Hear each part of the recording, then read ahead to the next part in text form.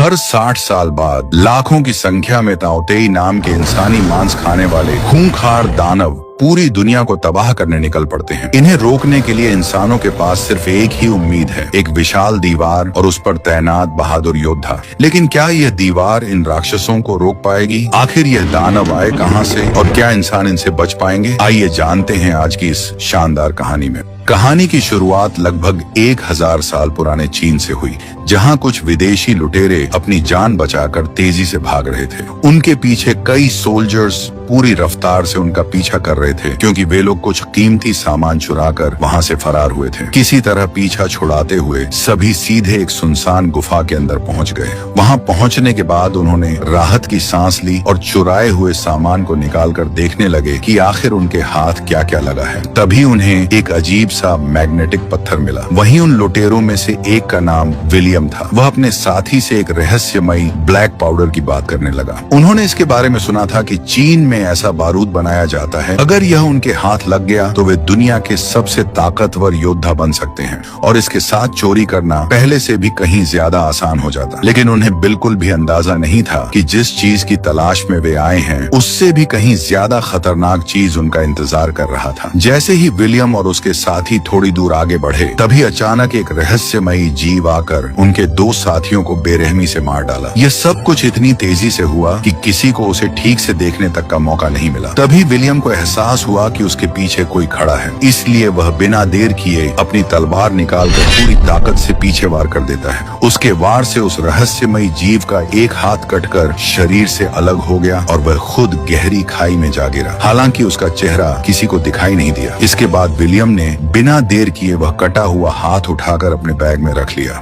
अब उन्हें समझ आ चुका था कि वहां रुकना मौत को दावत देने जैसा था, इसलिए सुबह होते ही दोनों गुफा से बाहर निकल आए और ब्लैक पाउडर की तलाश में आगे बढ़ने लगे। लेकिन उनकी किस्मत ज्यादा देर तक उनका साथ नहीं दे सकी, क्योंकि कुछ दूर पहुंचते ही सोल्जर्स ने उन्हें दोबारा देख लिया और फिर से उनका पीछा करने लगे। दोनों ने अपने घोड़ों को पूरी रफ्तार से दौड़ाया और लगातार भागते हुए आखिरकार चीन की विशाल ग्रेट वॉल तक पहुंच गए। लेकिन वहां पहुंचते ही उनके कदम रुक गए, क्योंकि उनके सामने हजारों सैनिक पूरी तैयारी के साथ खड़े दिखाई दिए। अगले ही पल सैनिकों ने उनकी तरफ तीरों की जबरदस्त बारिश कर दी, जिससे किसी तरह दोनों बाल बाल बच गए। अब उनकी हालत ऐसी हो चुकी थी कि बच निकलने का कोई रास्ता नहीं बचा था, क्योंकि उनके पीछे लुटेरे थे और सामने चाइना की सेना खड़ी थी। तब विलियम ने फैसला किया कि उन्हें अपनी किस्मत इन्हीं चाइनीज लोगों के भरोसे छोड़ देनी चाहिए। ये सोचकर दोनों ने अपने हथियार नीचे डाल दिए और सरेंडर कर दिया। इसके बाद दोनों को बंदी बनाकर सीधे वहां के जनरल के सामने लाया गया। जनरल की नजर जैसे ही विलियम के बैग से निकले उस कटे हुए हाथ पर पड़ी, वह कुछ पल के लिए बिल्कुल चुप हो गया, क्योंकि वे अच्छी तरह जानते थे कि वह किस जानवर का हाथ था।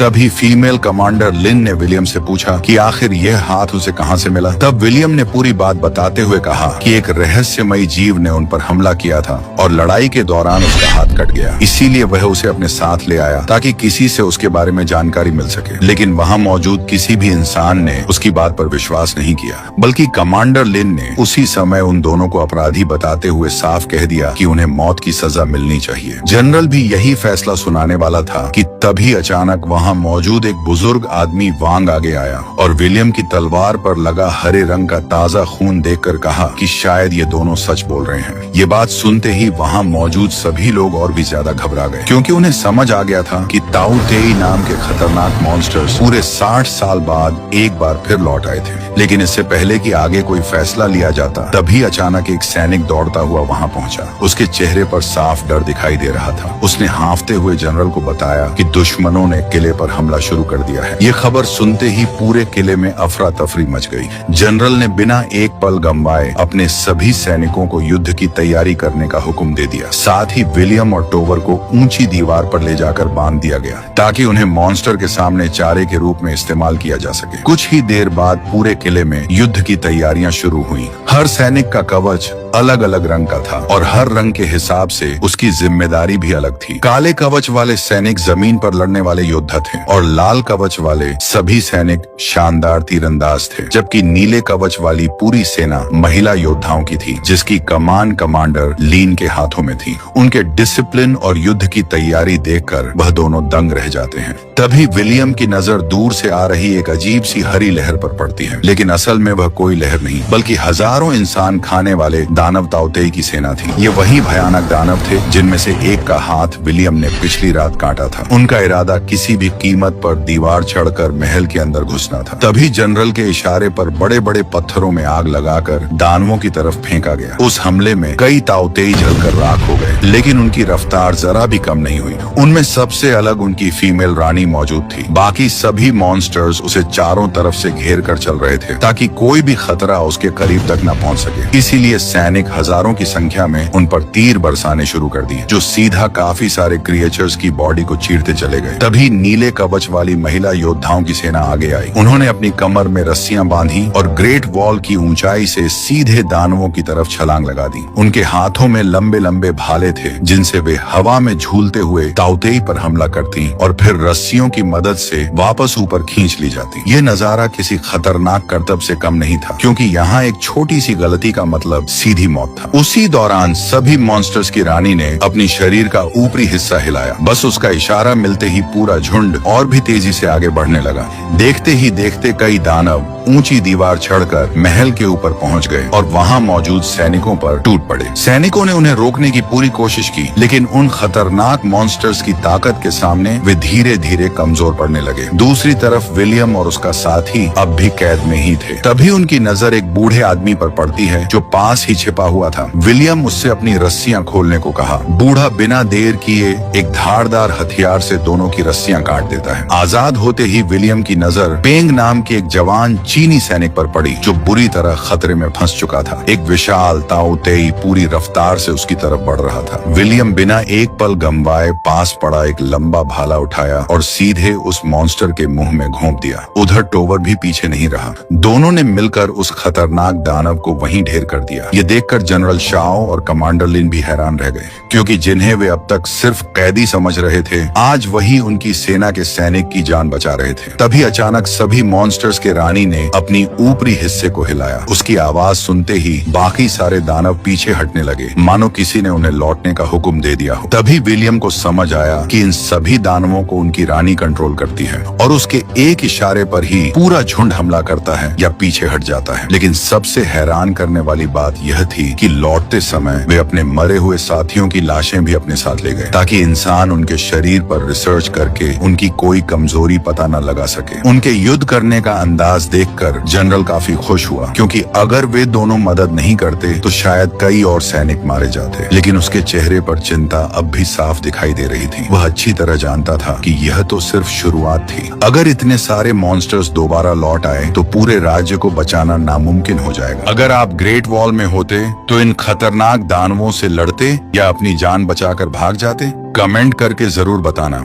इसके बाद विलियम और टोवर की मुलाकात उसी बूढ़े आदमी से हुई जिसने लड़ाई के समय उनकी मदद की थी। उसने दोनों को बताया कि वह पिछले 25 सालों से यहाँ ब्लैक पाउडर की तलाश में रह रहा था, लेकिन आज तक वहाँ से निकल नहीं पाया था। अब उसने दोनों को पहली बार ब्लैक पाउडर दिखाया। वह पाउडर दिखने में साधारण था, लेकिन उसकी छोटी सी चिंगारी भी बहुत बड़ा धमाका कर सकती थी। यह देखकर विलियम और टोवर काफी हैरान हो गए, क्योंकि उन्होंने पहले सिर्फ इसके बारे में सुना था, लेकिन उसे कभी देखा नहीं था। तब बूढ़े आदमी ने अपना प्लान बताते हुए कहा कि जैसे ही ताओतेई दोबारा हमला करेंगे, उस समय पूरी सेना उन्हें रोकने में व्यस्त होगी। उसी मौके का फायदा उठाकर वे लोग ब्लैक पाउडर लेकर वहां से भाग जाएंगे, क्योंकि उसे महल से बाहर निकलने का एक गुप्त रास्ता पता था। लेकिन अब विलियम का मन बदल चुका था। वह अब चोरी करके वहां से भागना नहीं चाहता था। इसके बाद जनरल ने विलियम और टोवर को बाकी लोगों के साथ खाने पर बुलाया। वहां पहुंचने के बाद जनरल ने विलियम से उसकी काबिलियत दिखाने के लिए कहा। अब जैसे ही कटोरी को ऊपर उछाला गया, तभी विलियम ने लगातार 3 तीर छोड़े, जो इतनी सटीक जगह लगे कि कटोरी हवा में ही जाकर दीवार पर अटक गई। उसका निशाना देखकर वहां मौजूद सभी लोग तालियां बजाने लगे। विलियम की बहादुरी और काबिलियत देखकर लिन उसे पसंद करने लगी थी। वह उसे वहीं ऊंची दीवार पर ले जाकर अपने जैसा खतरनाक करतब करना सिखाती है। इसके बाद वांग ने विलियम को अपने पास बुलाया और उसके बैग से मिला चुंबक का टुकड़ा दिखाते हुए पूछा कि यह आखिर कहां से आया। विलियम ने बताया कि यह उसी का था। इसी बीच वांग को एक अहम बात याद आई। उसे समझ आ गया कि पहली रात जब विलियम ने ताओतेई का हाथ काटा था, तब उसके पास यही रहस्यमयी चुंबक मौजूद था। शायद इसी चुंबक की वजह से वह दानव कुछ पल के लिए कमजोर पड़ गया था, क्योंकि इस चुंबक में एक अजीब ताकत छुपी हुई थी। इसके बाद विलियम ने जनरल से पूछा कि आखिर यह ताओतेई आए कहां से थे। तब वांग ने विलियम को ताओतेई दानवों की असली कहानी बताई। करीब 2000 साल पहले आसमान से एक विशाल उल्कापिंड इसी पहाड़ पर आकर गिरा था। उस हादसे के बाद पूरा पहाड़ हरे रंग का हो गया और उसी उल्कापिंड से इन खतरनाक दानवों का जन्म हुआ था। हर 60 साल बाद ये दुनिया पर हमला करने निकलते थे और जहां भी जाते थे वहां तबाही मचा देते थे। लोगों का मानना था कि ये कोई साधारण जीव नहीं बल्कि इंसानों के लालच और पाप की सजा देने आए थे। इनका सिर्फ एक ही मकसद था, ज्यादा से ज्यादा मांस इकट्ठा करना। रास्ते में आने वाले हर इंसान और जानवर को मारकर ये उनका मांस अपनी रानी तक पहुंचाते थे। फिर उनकी रानी उसी मांस को खाकर सैकड़ों नए ताओतेई दानवों को जन्म देती थी।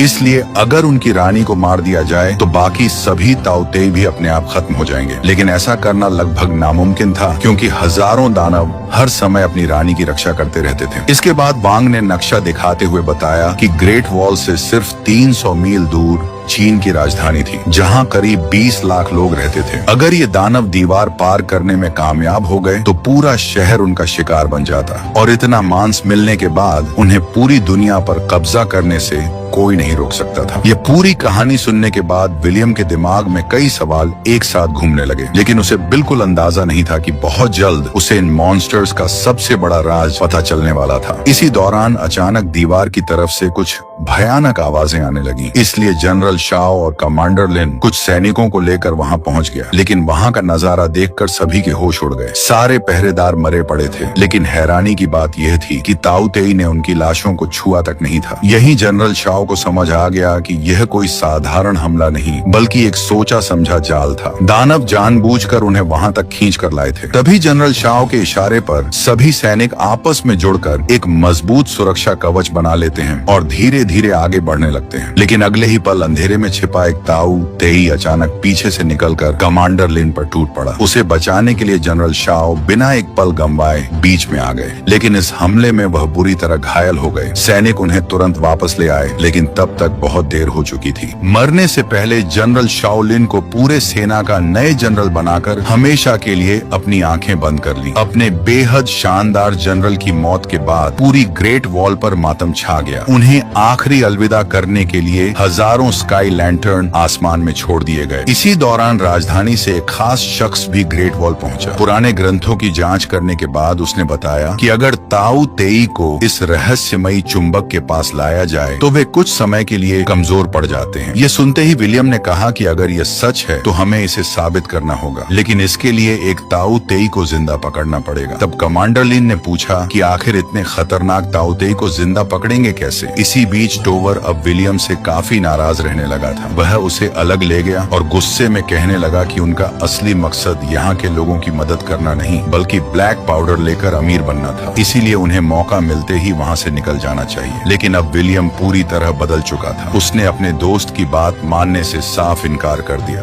अगली सुबह वांग ने एक नया प्लान बनाया। उसने बड़े बड़े लोहे के तीर कमान तैयार करवाए, जिनके सिरों पर गहरी नींद की दवा लगाई गई थी। प्लान यह था कि जैसे ही ताओतेई दीवार के पास आएंगे उन्हें तीर कमान से फंसाकर ऊपर खींच लिया जाएगा। इसके बाद सोल्जर्स एक बार फिर दीवार के ऊपर पहुंच गए, लेकिन चारों तरफ इतना घना कोहरा छाया हुआ था कि नीचे कुछ भी साफ दिखाई नहीं दे रहा था। तभी अचानक हजारों ताओतेई एक बार फिर ग्रेट वॉल की तरफ बढ़ने लगे। धुंध इतनी घनी थी कि सैनिकों को कुछ भी साफ दिखाई नहीं दे रहा था, इसलिए वे अंदाजे से तीर और भाले चलाने लगे। लेकिन दानव बिना रुके लगातार आगे बढ़ते रहे। तभी कमांडर लिन ने तीर कमान चलाने का हुक्म दे दिया। दीवार से बड़े बड़े लोहे के हुक नीचे छोड़े गए, जिन पर नींद की दवा लगी हुई थी। इसी बीच दीवार के बीचों बीच लगे बड़े धारदार पंखों को भी चला दिया गया, जिनकी वजह से कई ताओतेई टुकड़ों में कटकर नीचे गिर गए। इस तरफ कई ताओतेई उनमें फंस गए, लेकिन ज्यादातर दानव अपनी ताकत से जंजीरें तोड़कर निकल गए। हालांकि उनमें से एक ताओतेई अब भी हारपून में फंसा हुआ था। सोल्जर्स उसे ऊपर खींचने लगे, लेकिन तभी विलियम ने उन्हें रोकते हुए कहा कि जंजीर को ढीला छोड़ दो, क्योंकि जहरीला लिक्विड धीरे धीरे उसे कमजोर कर देगा। अगर सैनिक उसे जबरदस्ती ऊपर खींचते तो जंजीर टूट सकती थी और पूरा प्लान फेल हो जाता। कुछ देर बाद विलियम उसी जंजीर के सहारे नीचे उतर गया। नीचे पहुंचते ही उसने देखा कि चारों तरफ मरे हुए ताओतेई पड़े हुए थे। विलियम बिना देर किए तेजी से उस कमजोर दानव को जंजीरों से कसकर बांधने लगा और ऊपर खड़े सैनिकों से खींचने के लिए कहा। लेकिन तभी अचानक कोहरे के अंदर से एक ताओतेई उस पर झपटा, लेकिन विलियम ने तुरंत अपनी तीर से उसकी आंख फोड़ दी। अगले ही पल एक और ताओतेई पीछे से हमला करने आया, लेकिन तभी टोवर वहां पहुंच गया और उसने उसे मार गिराया। इसके बाद दोनों ने मिलकर कई ताओतेई का सामना किया, लेकिन कुछ ही देर में हजारों की संख्या में और ताओतेई उनकी तरफ बढ़ने लगे। ये देखकर विलियम समझ गया कि अब वे ज्यादा देर तक टिक नहीं पाएंगे। उसने तुरंत मदद का संकेत भेजते हुए एक खास तीर ऊपर दीवार की तरफ छोड़ा। दीवार के ऊपर मौजूद कमांडर लीन ने वह संकेत देख लिया और तुरंत ब्लैक पाउडर से बनी कुछ खास तीर मंगवा दिया। अगले ही पल उन तीरों को नीचे छोड़ा गया। जैसे ही वे ताओतेई के बीच जाकर लगे, जोरदार धमाके हुए और कई ताओतेई टुकड़ों में बिखर गए। हालांकि एक तीर गलती से विलियम के पास आकर फटा, जिससे वह बुरी तरह घायल हो गया। उस खतरनाक बमबारी से बचने के लिए सभी दानव जान बचाकर भागने लगे। मौके का फायदा उठाकर सैनिक तुरंत नीचे का दरवाजा खोलकर विलियम और टोवर को वापस महल के अंदर ले आए। इसके बाद एक ताओतेई को लोहे के पिंजरे में कैद कर दिया गया। वह पिंजरा तोड़ने की कोशिश कर रहा था, लेकिन जैसे ही चुंबक का टुकड़ा उसके पास लाया गया, वह तुरंत शांत हो गया। अब सभी को यकीन हो गया कि चुंबक सच में उन पर असर करता था। कुछ देर बाद राजकुमार के खास सैनिक उस कैद ताओतेई को अपने साथ राजधानी के महल की तरफ ले गए। इसी दौरान उन्हें जमीन के नीचे से अजीब अजीब आवाजें सुनाई देने लगी। ये देखकर सभी लोग तुरंत उस जगह की तलाश करने निकल पड़े, लेकिन जैसे ही उन्होंने नीचे बनी सुरंग देखी, उनके पैरों तले जमीन खिसक गई। अब उन्हें समझ आ गया था कि ताओतेई उनसे 100 कदम आगे सोच रहे थे। इतने दिनों से वे ग्रेट वॉल पर हमला करने का सिर्फ नाटक कर रहे थे। उनका असली मकसद चुपके से एक विशाल सुरंग बनाकर शहर के अंदर घुसना था, और ठीक वैसा ही उन्होंने ग्रेट वॉल के नीचे एक सुरंग बना ली थी। और उसी रास्ते हजारों ताओतेई पहले ही दीवार पार करके राजधानी की तरफ निकल चुके थे। अब करीब 20 लाख लोगों की जान खतरे में थी, यानी अगर उन्हें नहीं रोका गया तो पूरा देश तबाह हो सकता था। लेकिन इसी मुश्किल वक्त में टोवर और बूढ़े आदमी ने मौका देखकर ब्लैक पाउडर चुराने का फैसला कर लिया। सबसे पहले उन्होंने एक बम से कमरे का दरवाजा उड़ा दिया और अंदर घुसकर ब्लैक पाउडर समेटने लगे। लेकिन तभी विलियम उनके सामने आ गया। उसने टोवर को ऐसा करने से रोकने की कोशिश की और समझाया कि अब उन्हें इन लोगों का साथ देना चाहिए, लेकिन टोवर उसकी बात मानने को तैयार नहीं था। तभी बूढ़े आदमी ने अचानक एक रस्सी काट दी। रस्सी कटते ही ऊपर बंधा भारी सामान सीधे विलियम के सिर पर आकर गिरा, जिससे वह बेहोश होकर नीचे गिर पड़ा। इसका फायदा उठाकर दोनों वहां से ब्लैक पाउडर लेकर भाग गए। जब विलियम को होश आया तो जनरल लिन को लगा कि वह भी उन्हीं चोरों का साथी है। गुस्से में उन्होंने उसे कैद करने का हुक्म दे दिया, लेकिन तभी पेंग आगे आया, जिसकी जान कुछ देर पहले विलियम ने बचाई थी। उसने जनरल लिन को पूरी सच्चाई बता दी। इसके बावजूद भी कमांडर लिन का भरोसा टूट चुका था, इसलिए उसने कुछ समय के लिए विलियम को जेल में बंद करने का हुक्म दे दिया। दूसरी तरफ महल के अंदर राजकुमार के खास सैनिक उस कैद ताओतेई को उसके सामने ले आए। उन्होंने राजकुमार से कहा कि चुंबक का पत्थर उसके ऊपर रखते ही यह पूरी तरह शांत हो गया था। अगर यही चुंबक बाकी ताओतेई के खिलाफ भी इस्तेमाल किया जाए तो उनकी पूरी सेना को हराया जा सकता है। इस तरफ अब उनके पास वक्त बिल्कुल नहीं बचा था। अगर वे घोड़ों से राजधानी जाते तो बहुत देर हो जाती, इसलिए जनरल लिन ने एक खतरनाक फैसला लिया। उन्होंने अपने सैनिकों के साथ हॉट एयर बैलून के जरिए आसमान के रास्ते राजधानी जाने का प्लान बनाया, लेकिन यह सफर बिल्कुल भी आसान नहीं था। तेज हवाओं की वजह से कई बैलून हवा में ही आग पकड़कर फट गए और कई सैनिक तो नीचे गिरकर मौके पर ही मर गए। फिर भी बचे हुए कुछ सैनिक राजधानी की तरफ निकल पड़े। इस तरफ महल के अंदर एक आदमी को अपने हाथों में खुजली होने लगी, इसीलिए वह पागलों की तरह उस खास पत्थर को मॉन्स्टर से दूर कर देता है। जैसे ही उसने पत्थर को दूर किया, तभी कैद किया हुआ मॉन्स्टर अचानक हरकत करने लगा और उसने तुरंत अपनी रानी को एक खास संकेत भेज दिया। दूसरी तरफ रानी को जैसे ही यह संकेत मिला, उसे समझ आ गया कि उसका साथी कैद हो चुका था। इसके बाद उसने बिना देर किए अपने सभी मॉन्स्टर्स को साथ लेकर सीधे महल की तरफ निकल पड़ी। अब जैसे ही उस पत्थर को मॉन्स्टर के पास लाया गया, वह फिर से शांत हो गया। कुछ समय बाद विलियम को जेल से बाहर निकाला गया। बाहर आते ही उसने चारों तरफ बर्बादी का मंजर देखकर हैरान रह गया। वह तुरंत वांग से कमांडर लिन के बारे में पूछने लगा। तब वांग ने बताया कि अब सब कुछ लगभग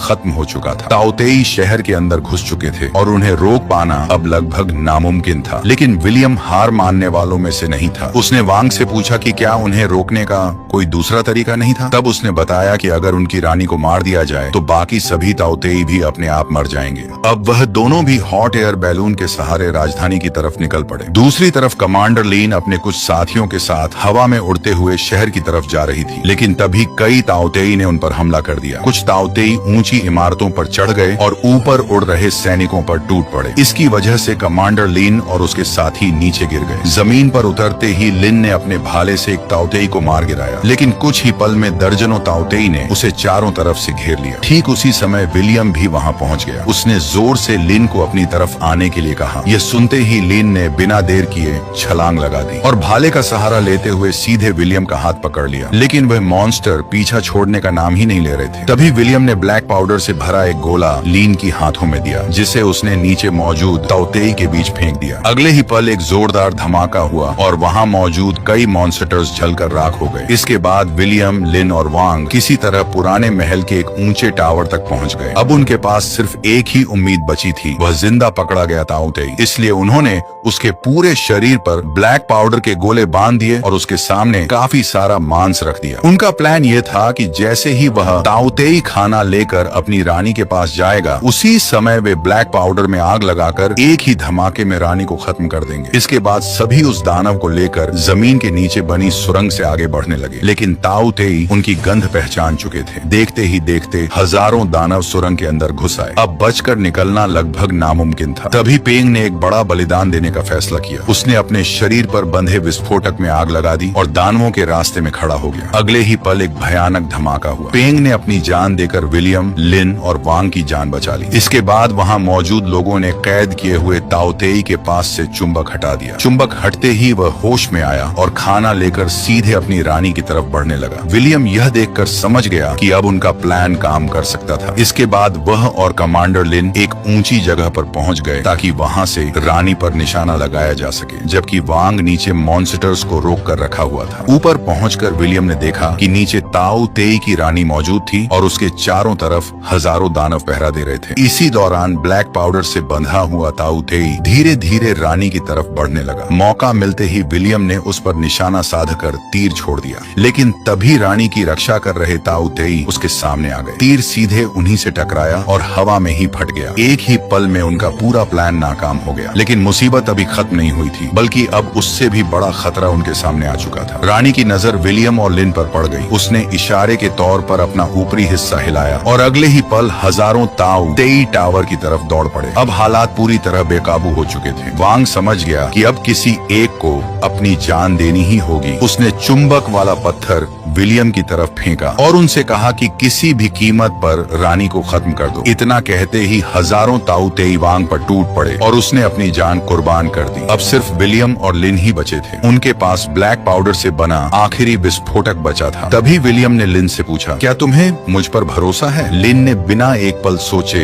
हाँ कह दिया। इसके बाद दोनों रस्सियों के सहारे टावर से नीचे झूल गए और हवा में लटकते हुए रानी के बेहद करीब पहुंच गए। विलियम ने चुंबक वाला पत्थर रानी की रक्षा कर रहे ताओतेई की तरफ फेंक दिया। चुंबक के असर से वे कुछ पल के लिए कमजोर पड़ गए। बस यही मौका था। लिन ने पूरी ताकत से ब्लैक पाउडर से बंधा हुआ भाला रानी की तरफ फेंक दिया। भाला सीधा उस मांस के ढेर में जाकर लगा और जैसे ही रानी ने उसे अपने मुंह में लिया, अगले ही पल एक जोरदार धमाका हुआ। पूरी जगह आग और धुएं से भर गई और इसी के साथ ताओतेई की रानी मारी गई। रानी के मरते ही एक चमत्कार जैसा नजारा देखने को मिला। उससे जुड़े बाकी सारे ताओतेई अचानक रुक गए और कुछ ही पलों में एक एक करके जमीन पर गिरने लगे। ऐसा लग रहा था जैसे उनकी सारी ताकत खत्म हो चुकी हो। इसी के साथ पूरी राजधानी पर मंडरा रहा खतरा हमेशा के लिए खत्म हो गया। कुछ ही पलों में लाखों की संख्या में मौजूद सभी ताओतेई हमेशा के लिए खत्म हो गए। इसके बाद हमें महल का सीन दिखाया जाता है जहाँ टोवर अभी भी कैद था। विलियम उसके पास पहुंचा और उससे कहा कि उसके सामने दो रास्ते थे। पहला यह कि वह जितना चाहे ब्लैक पाउडर लेकर वहाँ से चला जाए और दूसरा यह कि वह अपने दोस्त को आजाद करवा दे। टोवर को लगा कि विलियम ने जरूर ब्लैक पाउडर चुना होगा, लेकिन तभी विलियम मुस्कुराते हुए उसे बताता है कि उसने अपने दोस्त को चुना था। इसके बाद टोवर की कैद खोल दी गई। कुछ देर बाद कमांडर लिन भी वहाँ पहुंची। उसने विलियम का शुक्रिया अदा किया और कहा कि अगर वह उनकी मदद नहीं करता तो शायद आज वहाँ कोई भी जिंदा नहीं बचता। आखिर में हम देखते हैं कि विलियम और टोवर घोड़ों पर सवार होकर वहाँ से निकल गए। उनके साथ कुछ सोल्जर्स भी थे जो उन्हें उनकी मंजिल तक छोड़ने जा रहे थे और इसी के साथ यह कहानी यहीं पर खत्म हो गई। अगर आपको ये कहानी पसंद आई तो हमारे चैनल पर ऐसी ही एक्सप्लेनेशंस आपका इंतजार कर रही हैं। उन्हें आप यहाँ पर क्लिक करके देख सकते हैं। मिलते हैं अगली शानदार कहानी के साथ।